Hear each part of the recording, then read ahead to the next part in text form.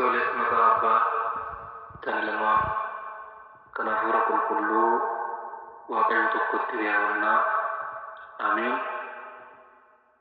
Ija Waaqayyoo kan taatan abbootiin koo luboon, obbolaan kudaa kunuun, uummanni Waaqayyoo sa'aatii kana sagalee Waaqayyoo barachuudhaaf laphee keessan akka lidiyaatti Waaqayyoon isiniif banee nagaa Gooftaa qoricha keenya Yesuus Kiristoosiin kan bultanii arjummaan isaa kan baay'ate, araarri isaa kan baay'ate, dheekkamsi isaa kan fagaate, Gooftaan keenya qorichi keenya Yesuus Kiristoos maqaan isaa kan ulfaatee fi kan ol jejjedhame haa ta'u. Barsiisaa Waaqayyoodha. Nuyi meeshaa taanee Waaqayyo maqaan keenya immoo arraba keenya irra bulee isa fagaate dhiyeessee isa dhokate mul'isee iccitii isaa kan barsiisu eeyyama sanuuf haa ta'u. Mata dureen barumsa keenyaa Wangeela Maatewos boqonnaa 16 lakkoofsa 6 gubbaa irratti akkana jedha. Raacitii warra Fariisotaa fi Saduuqotaa irraa of eeggadhaa. Raacitii warra Fariisotaa fi Saduuqotaa irraa of eeggadhaa yennuu jedha. Raacitii hundi keessan hin beektu. Kan nyaanni ittiin qophaa'u nyaata sana bilcheessuudhaaf, nyaata sana dammaqsuudhaaf, nyaanni sun midhaan gaarii akka ta'uu fi kan nyaatatti dabalamudha. Inni gurraacha jedheetu barreeffamee jira kitaaba keenya irratti. Jecha kana kan dubbate Gooftaa keenya, qoricha keenya, fayyisaa keenya Yesuus Kiristoos. Galanni ulfaataa maqaa isaatiif haa ta'uuti.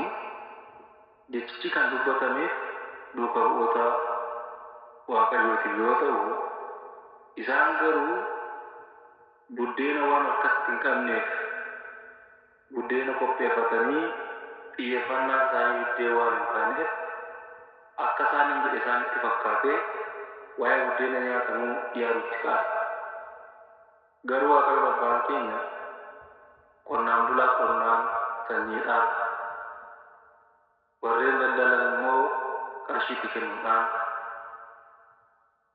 warreen samuudhaa baratanii ogummaa qaban immoo ogummaa isaaniitiin akka isaan galutti Waaqayyoon barsiisaa ture. Maaliif jennaan Waaqayyo abbaa hundaa ta'uu isaa agarsiisuufi. Waaqayyo hundumaaf abbaa akka ta'e ibsuudhaaf. Kanaaf ani ibsinutti gaafa waamannu yaa abbaa keenyaa jenna. Yaa abbaa kun jennu, yaa abbaa isaan jennu, yaa abbaa isheen jennu, yaa abbaa keenya yoo kan jedhuuf Waaqa hundaa akka ta'e ibsuudhaaf. Gooftaan garuu hojii daba Fariisotaa fi Saduuqotaa hojjetan irraa of eeggadhaa yennuu jedha. Har'as jecha sagalee Waaqayyoon nutti himame maaliif akka nutti himame namoonni baay'een hin galleef. Tarii waa'ee buddeenaatti fakkaata, tarii waa'ee nyaataatti fakkaata, tarii waa'ee taayisaatti fakkaata, kabaja foonii kan itti fakkaatu jira. Sababii Waaqayyo Fariisonni kun eenyu waan gabaabsinu waliin Fariisonni irra keessaan nama amantii fakkaatanii of keessatti garuu dhibee garaagaraa kan of keessaa qaban warra Fariisotaa. Jara kana Gooftaan siidaa awwaalchaa nooraadhaan dibamee jirutti fakkeessee barsiisaa ture. Wangeela Maatewos boqonnaa 23 lakkoofsa 27 irratti siidaa awwaalchaa yookaan hawultii awwaalchaa yoo ilaaltan ni bareeda. Suuraas qaba. Ababaas ofirraa qaba. Keessi isaa garuu nooraadhaan dibamee fuulli isaa jiraata malee karaa alaa baay'ee miidhagee kan nama hawwatudha. Yoo keessa seenan garuu ija namaatti kan hin tolle, foolii gaariis kan hin qabne, lafee caccabaa burkutaa fi foon tortore ajaa'iba keessa jira. Fariisonni akkan irra keessa nama amantaa fakkaatanii of keessatti dhibee baay'ee kan baatanii deeman warra Fariisotaati. Har'as guddina mana kiristaanaa keenyatti kan gufuu guddaa ta'an warra akkasii kanadha. Achi asis fakkaatanii haaduu qara lamaatiin kan nyaatan warra Fariisotaati. Maallaa mana kiristaanaa uffatanii qaama biraa kan fakkaatan gara lafitti kuwaasii kan taphatan warra Fariisotaati. Afaan nama eebbisaa garaadhaan kan nama abaaran Fariisota turan. Hoolota fakkaatanii hoolota kan nyaatan warra Fariisotaa turan. Isaan kan Waaqayyoon abbaan keenya irraa of eeggadhaa eenyuun jedha. Wangeela qabatanii garuu wangeelaan kan hin jiraanne. Wangeela lakkoofsaa fi mata duree isaa ibsuu ni danda'u. Isa kanaan garuu jiraachuu kan hin dandeenye warra Fariisotaati. Isaan akkasii kun mana kiristaanaa keenyaafis biyya keenyaafis amantaa keenyaafis uumaa gatii tokko yoo ta'u. Yeroo hundumaa fakkeenyaaf waan isinii ka'a. Mana amantaa keessatti gaafa guddannu namni tokko gaafa diraamaa hojjetu luba fakkaatee hojjetu garuu luba miti. Doktorii fakkaatee hojjetu garuu doktoraa miti. Isaan kun warra fakkaatanii jiraatan warra Fariisotaa jedhama. Jireenyi Fariisotaa bifa kanaan ibsama.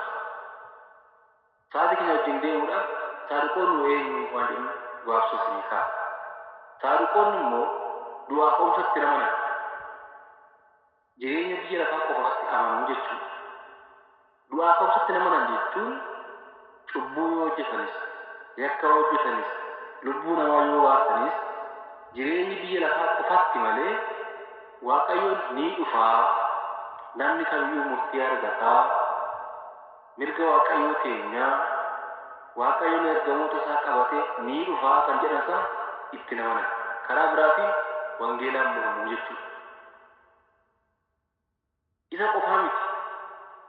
Hafuurri Waaqayyoo fi ergamoonni Waaqayyoo akka jiran akka jiru hin amana warreen kun. Ergamoonni Waaqayyoo kun hin jiranii meerree keenya argaa hin jirru. Hafuurri Waaqayyoo sun jiru ni amana. Isaan kunis warra Saduqootaati. Akkasumas qabeenyaa fi qarshii isaanii qofa xiyyeeffatanii jiraatu. Namni qabeenya qabu ni jira, namni qarshii qabu ni jira. Jireenyi keenya biyya lafaa qofa irratti dhumaa'e. Inumaayyuu isaan kun immoo warra Fariisotaa caala warreen kitaabaan morman. Eenyutu du'ee galee? Kitaaba yoo dubbistanii kitaaba kana eenyutu barreessee jechuudha. Isaan kunis Fariisota. Har'as raacitii warra Saduqootaa irraa kan hin of eegnu warra dhimmi lubbuu dhimma isaanii hin taane qabeenya qarshii qofa sassaabuudhaan mana kiristaanaa qorqanii nyaatanii lafeetti hambisuudhaaf kan deeman baay'eetu jiru. Kanaafuu jedha Waaqayyo raacitii warra Fariisotaa fi Saduqootaa irraa of eeggadhaa kan jedhee duuka bu'ootatti dubbateef kanaafidha. Duuka bu'oonni garuu biddeena waan of harkatti hin qaqqabneef akkana nuun jedhee jedhanii waa'ee buddeenaa yaadutti ka'an. Dhugaa dubbachuudhaaf namoota warra Waaqayyootti amananii amantii keessa jiraniif waa'een buddeenaa kan amma kana nama yaaddessu miti. Sababni isaa Waaqayyoon abbaan keenya biddeen shaniif qurxummii lamaan dubartoonniif daa'imman osoo lakkaa'anii namoota 5,000 kuusee buddeena leematii 12 golatti deebi'eera. Isa kanaatiifuu waa'een buddeenaa waa'ee nyaata waan nama callaqu miti. Kana hundumaa kan godhe eenyudha? Waaqayyoo miti saboota Waaqayyoo. Namni waaqa kanatti amanu akkamitti waa'ee buddeenaa isa yaaddessa? Akkamitti waa'ee nyaata isa yaaddessa? Kanaafuu Saduqoonnii fi Fariisonni kan isaan dhiphisu waa'ee nyaataa, waa'ee dhugaatii, waa'ee ulfina isaanii biyya lafaa qofaa. Isa kana immoo amantiin hin deeggaru. Kitaabni qulqulluus isa kanaaf faallaa. Fariisonni irra keessi isaanii miidhagee keessi isaanii warra dhibee amantaa qabanidha. Saduqoonni immoo du'aa ka'umsi hin jiru kan jedhan jiraachuu hafuuraa fi ergamootaatti namoonni ta'ee akkasumas qabeenyaa fi qarshii kan amanneedha. Kanaafuu warra akkasii irraa of eeggadhaa. nuyi ilmaan waaqayyoo ijoollee waaqayyoo maatii waaqayyootti amannee mootummaa waaqayyoo dhaluudhaaf warra qophoofne jirudha waan ta'eef raacitii Fariisotaa fi Saadduqootaa irraa of eeggadhaa. Amma biraatti kan nu barsiise kan nu gorse maqaa waaqayyoo kan ulfaatinoof haa ta'u galatooma. Ameen. Waaqayyo abbaa keenya obboleessa keenya Rabulee nu barsiisee galanni guddaan walteessoo haadha isaaf haa ta'u. Obboleessa keenya sagalee waaqayyoo dhageessisee mootummaa waaqayyoo isaa dhaabsisu. Egaa waaqayyo abbaan keenya isaa eebbisu akka mootummaa isaatii isaa godhatu jenna.